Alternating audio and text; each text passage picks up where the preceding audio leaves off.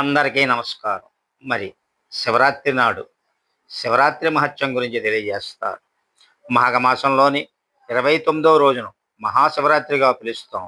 పూర్వయుగాలలో బ్రహ్మ విష్ణువుల మధ్య ఏర్పడిన తగాదాను తీర్చడానికి పరమేశ్వరుడు అగ్నిలింగంగా ఆవిర్భవించిన పుణ్యక్షణమే మహాశివరాత్రి. జగత్ అంతటా ఉంటూ దీనికి వెలుపల కూడా ఉన్నది శివతత్వమే అని నిరూపించేది మహాశివరాత్రి. ఆనాడు ఉపవాస జాగరణలతో భక్తులు బోళాశంకరుని మెప్పిస్తారు. ఇక పాతాళం నుంచి అంతరిక్షం వరకు 14 లోకాలున్నాయి. ఆ లోకాలన్నింటితో కూడిన బ్రహ్మాండం అంతటా వెలుగులు చిమ్ముతూ స్ఫటికలింగాకారం ఉంది. అది ధ్రువ నక్షత్రాన్ని దాటి పైకి వ్యాపించింది. పున్నమి చంద్రుని నుంచి వెలువడే అమృత కిరణాలు ఆ లింగాన్ని నిరంతరము అభిషేకిస్తున్నాయి. అట్టి పరమేశ్వర లింగాన్ని రుద్రానువాకాలైన నమక చమకాలతో లింగోద్భవ కాలంలో అభిషేకించే వారికి అన్ని కోరికలు తీరతాయి. మరి జన్మకో శివరాత్రి అంటే మాఘకృష్ణ చతుర్దశి అర్ధరాత్రి ఆవిర్భవించే ఆద్యంతాలు లేని మహాజ్యోతిర్లింగాన్ని వేదాలు, ఉపనిషత్తులు, పురాణాలు అన్నీ విస్తృతంగా వర్ణించాయి. గాఢాంధకారమైన అర్ధరాత్రి వెలుగుతో నిండిన లింగోద్భవంతో మహాశివరాత్రిగా ఉపవాస జాగరణలు, అభిషేకార్చనలతో అలరారుతూ రుద్రానువాక ఘోషతో పారాయణతో మోక్షదాయకమై జన్మకో శివరాత్రిగా చిన్న సామెతగా మోక్ష మార్గాన్ని సూచిస్తోంది. జంతువునాం నరజన్మ దుర్లభం అన్నారు. 84 లక్షల రకాల జీవరాశులలో దుర్లభమైన నరజన్మతో ఈ జీవుని జన్మ మరణ చక్రం ఆగిపోవాలి. అప్పుడే మానవ జన్మ సార్థకం అవుతుంది. ఈ జన్మలో మహాశివరాత్రి నాడు చేసిన శివలింగార్చనతో మరొక జన్మ, దానితో మరొక శివరాత్రి రాకుండా ఆగిపోవాలి అని ఆ సామెత మానవ జాతికి మార్గోపదేశం చేస్తోంది. నిరాకారమైన పరబ్రహ్మం పెద్ద వెలుగుగా లింగాకారంలో కనబడి తనను సాకారంగా ప్రకటించుకునే పర్వమే మహాశివరాత్రి. లింగాకారంలో ఆవిర్భవించే పరబ్రహ్మం పేరు శివుడు. శుభములు, మంగళములు, సకల క్షేమాలు అనే శివశబ్దానికి అర్థాలు. ముక్కోడి దేవతలు, రాక్షసులు, మానవాది సమస్త ప్రాణులకు పరబ్రహ్మారాధనకు ఒక గుర్తుగా, ఆధారంగా, సాక్ష్యంగా, లక్ష్యంగా కరచరణాది అవయవాలు లేని ప్రకాశ ప్రకటనమే మహాశివరాత్రి. బ్రహ్మ విష్ణువుల కలహం, పరమేశ్వరుడు మహాజ్యోతిర్లింగంగా ఆవిర్భవించిన మహాశివరాత్రిలోని పరమార్థం సామాన్యులకు కూడా అర్థమయ్యే విధంగా శివపురాణం, స్కాంద పురాణం వంటి అనేక పురాణాలు కథల రూపంలో వివరించాయి.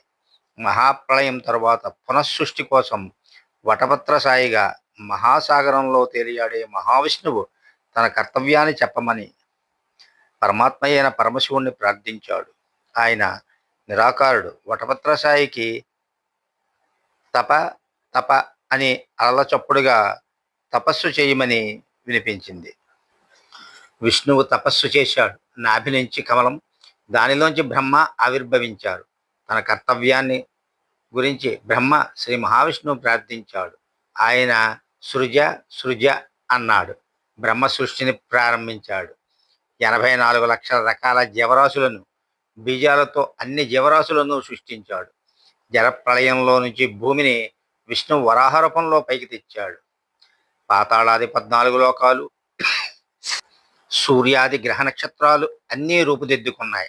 సమస్త ప్రాణుల సంరక్షణ, పోషణలను శ్రీ మహావిష్ణువు చూస్తున్నాడు. అప్పుడు బ్రహ్మ విష్ణువులలో అహంకారంతో, అనగా ఇదంతా నేనే చేశాను అనే భావంతో ఆధిపత్య కలహం ప్రారంభమైంది. పాలసముద్రంలో శయనించిన మహావిష్ణువు దగ్గరికి వెళ్ళి బ్రహ్మ చప్పుడు చేశాడు. ఎవడరా నువ్వు అని ఆయన నిద్రలేచాడు. లే లే, నువ్వెవడవే, ఇక్కడ పడుకున్నావేంటి? నేనెవరో తెలుసా? సృష్టికర్తను. పాతాళాది 14 భువనాలను, సప్త సముద్రాలను, మహాపర్వతాలను, గ్రహ నక్షత్రాది అంతరిక్షాన్ని సృష్టించిన నేను వస్తే లేచి నిలబడకుండా పడుకుంటావా అన్నాడు.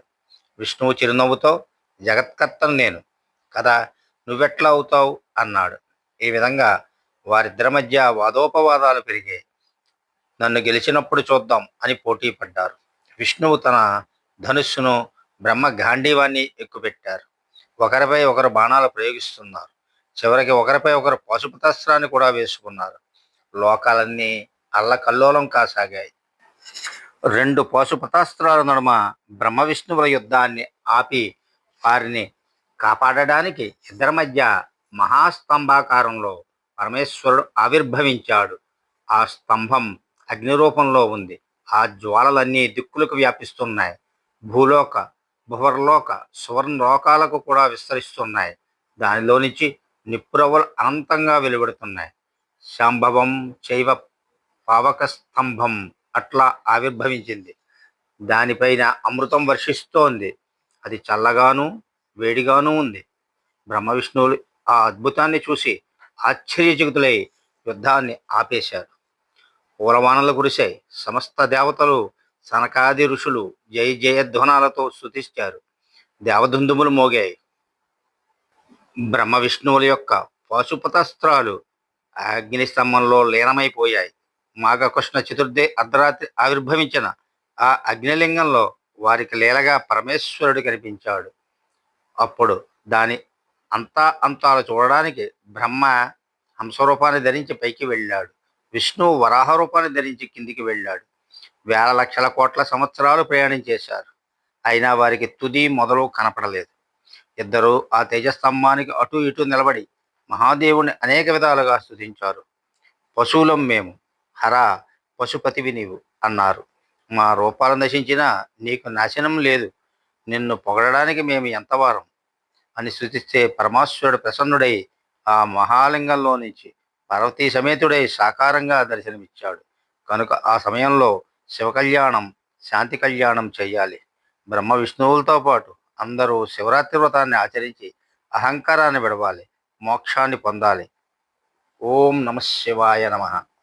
ఇక శివరాత్రి వ్రత నియమాలు ఏంటండి? బ్రహ్మీ ముహూర్తంలో లేచి కాలకృత్యాలు తీర్చుకొని తల్లిదండ్రులకు, గురువులకు నమస్కరించాలి. సంకల్పానుసారంగా పూజా సామాగ్రిని సమకూర్చుకొని నదీ స్నానం చెయ్యాలి. వీలైతే నిత్య నైమిత్తిక అనుష్ఠానాలు పూర్తి చేసుకోవాలి. యజ్ఞశాలను సిద్ధం చేసుకోవాలి. నంది పతాకాలను ఎగరవేయాలి. తోరణాలు కట్టాలి.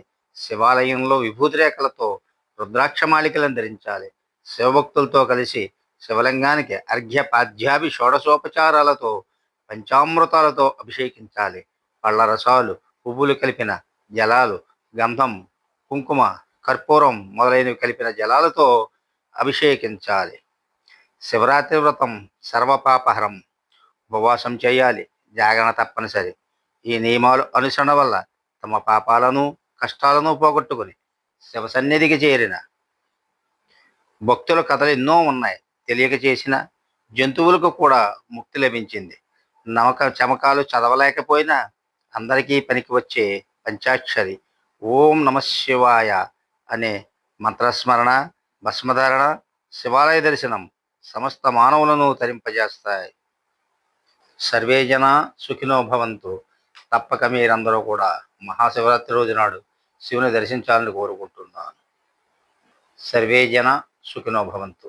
ఈ వీడియో మీకు నచ్చినట్లయితే లైక్ చేసి, షేర్ చేసి, సబ్స్క్రైబ్ చేయవలసిందిగా కోరుతున్నాను.